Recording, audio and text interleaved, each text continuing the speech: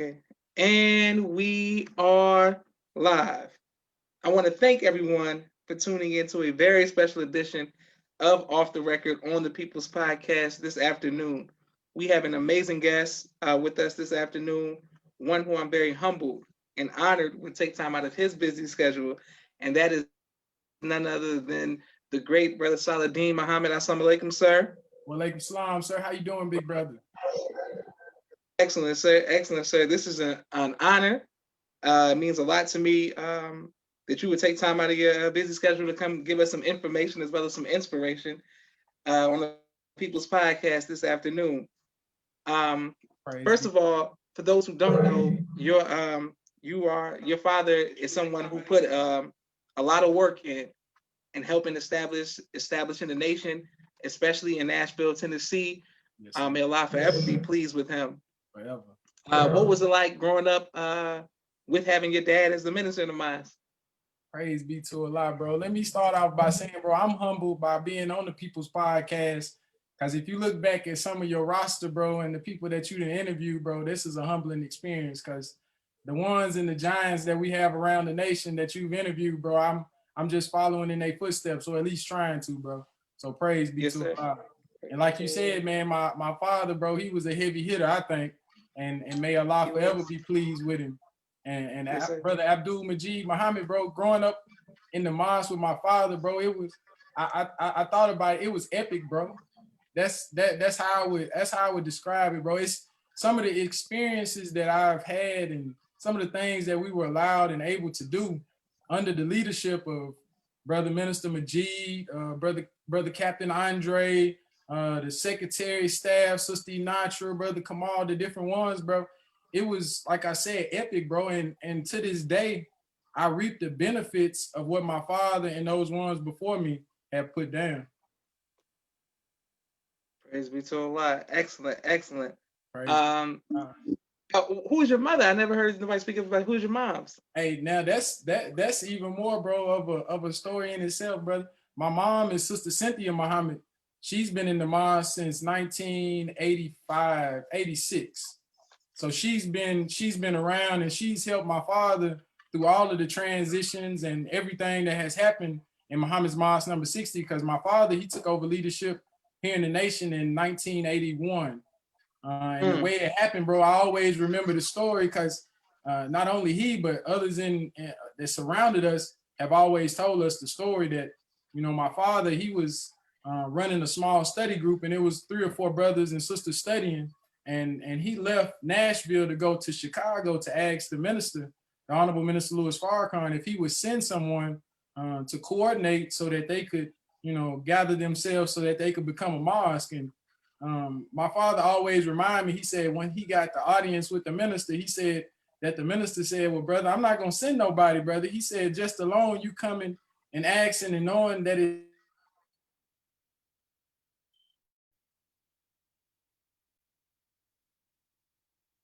won't be able to. He said it won't be in between. So with that being said, my father, he came back and it just seemed like I said, it flourished because they had a mindset, bro, that nothing was gonna move unless somebody put hands on it and moved it, bro. So like I said, my father, he was Minister Majid, and my mother, she was right beside him because even though she wasn't the MGT captain, my grandmother, Sister Jimmy Muhammad, she was the MGT captain at the time of the start.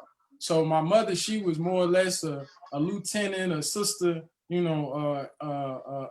assistant, because she did everything. My mother, she cooked, she sews, she's a seamstress, so she's always sewed garments. She's always did all that. My sister, both of them.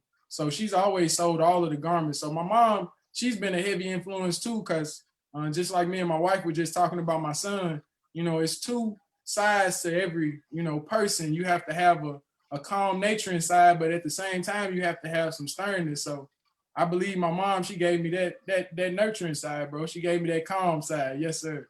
Because my dad, he was a he was a no take names type guy, bro.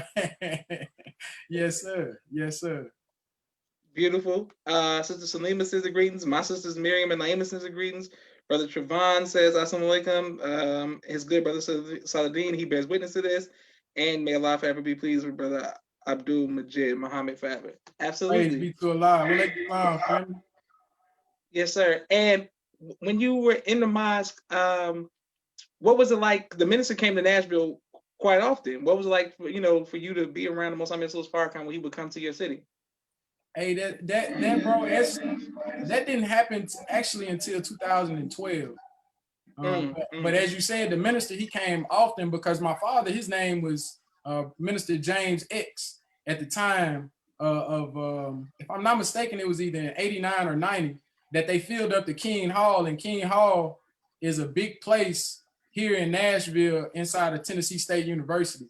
So the minister, he was coming, and one of those things like we see all the time around the nation of us getting together and, putting our boots on, bro, and going to work. That's what the FOI Yes, and the sir. NPT did in 89, bro. And my father, he was blessed with the name Abdul Majid Muhammad at the time. So I would say growing up and being around the Honorable Minister Louis Farrakhan, it wasn't necessarily that I was around the minister, but it was the ones that I had time and, comfort from, just like your father, bro, brother Abdul Sharif.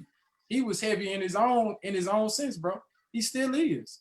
The brother is a great man, and all of the different ones. So I wouldn't say until 2012 I actually talked or had audience with the minister. I was able to sit down as we were preparing for him to address at the same venue, King Hall, and Brother Samuel, our current minister, he was very instrumental in getting the minister, in the city, and then the minister did a round trip back.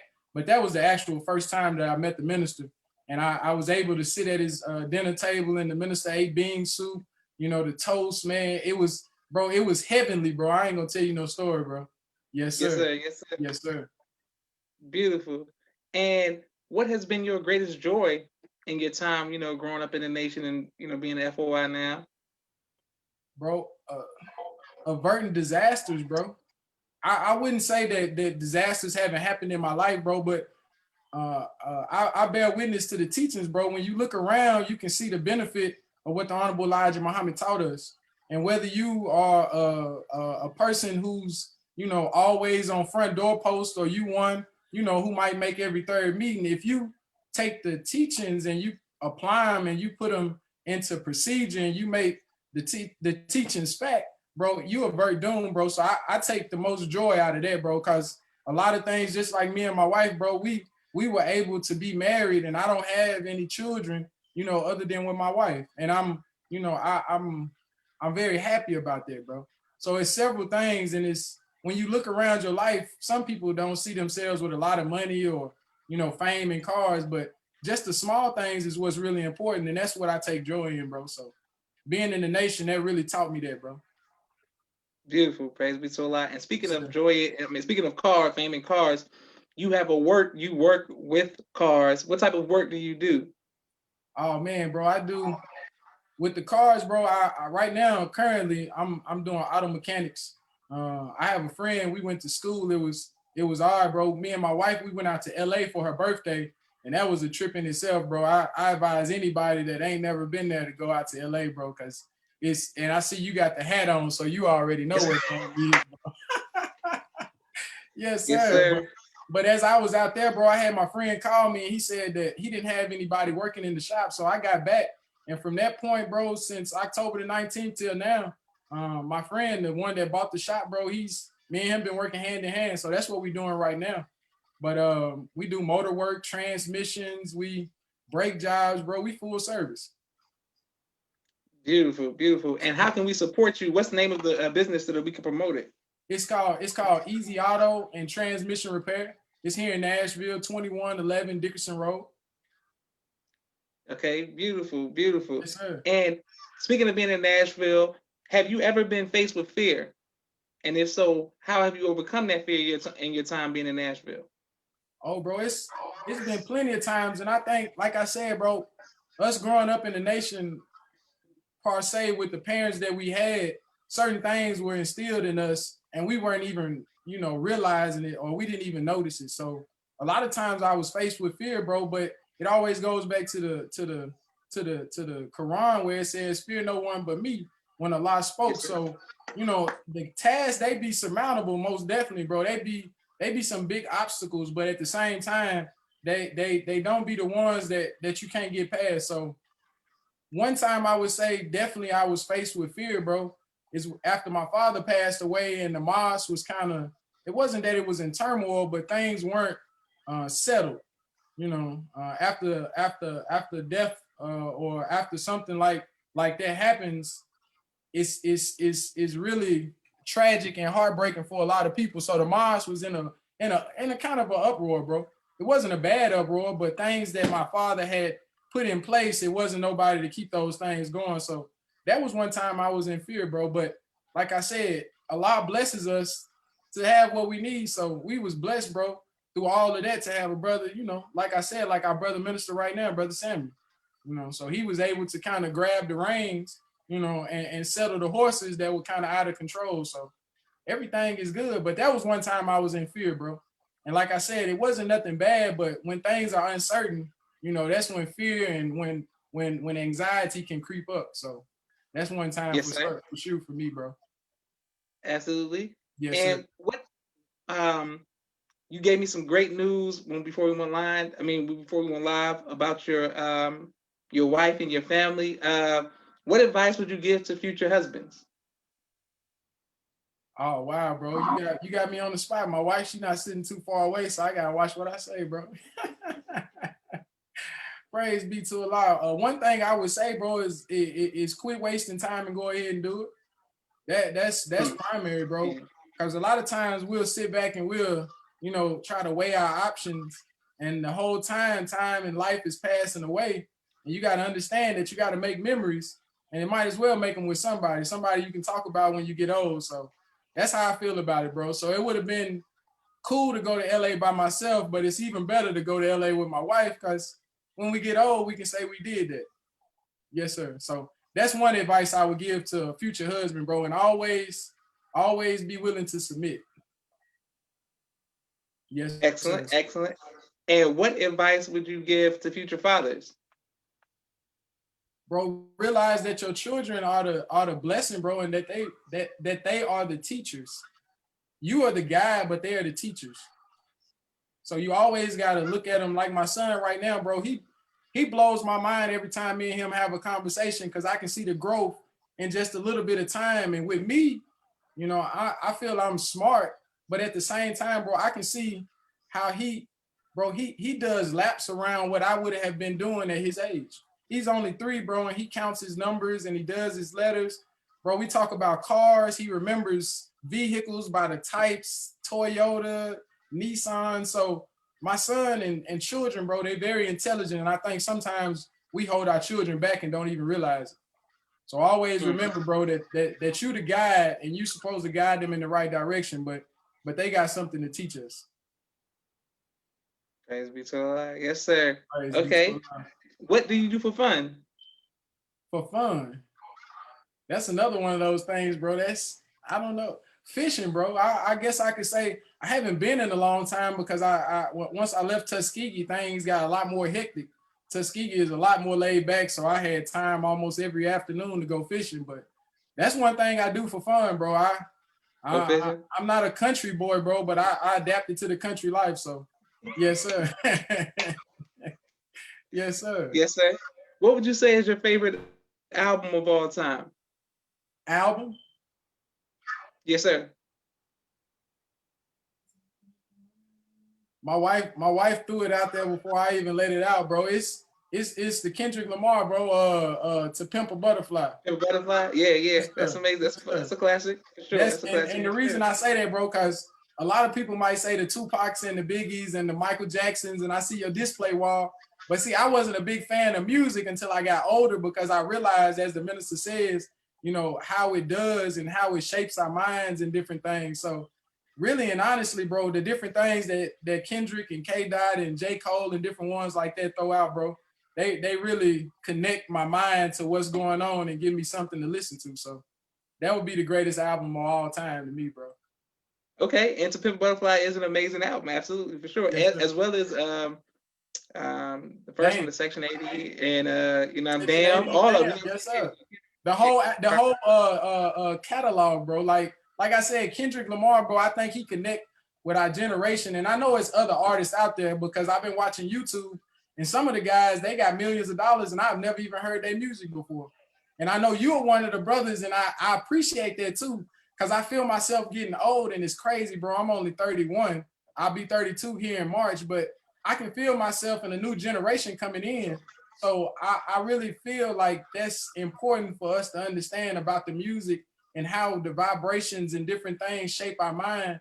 And he's really the only one that I've listened to that has said that. So that's why I give him that credit. Excellent, excellent. And um, what do you want your legacy to be? Even though you're young, what would you like your legacy to be? Bro, I would want my children to be able to say that my father not only gave me what I needed, but he set me up like my father did. I want my legacy to be everlasting. And the only way I see that happening is if the next generation understands what the prior generation had to deal with so that they don't have to walk through the same mud, bro. And my daddy, I wouldn't say that he always harped on it, but he was good with allowing me to realize that certain pitfalls ain't no reason for you to fall in them. So I would like my legacy to be with that, but with maybe a tens of millions of dollars attached to it, bro. Yes, sir.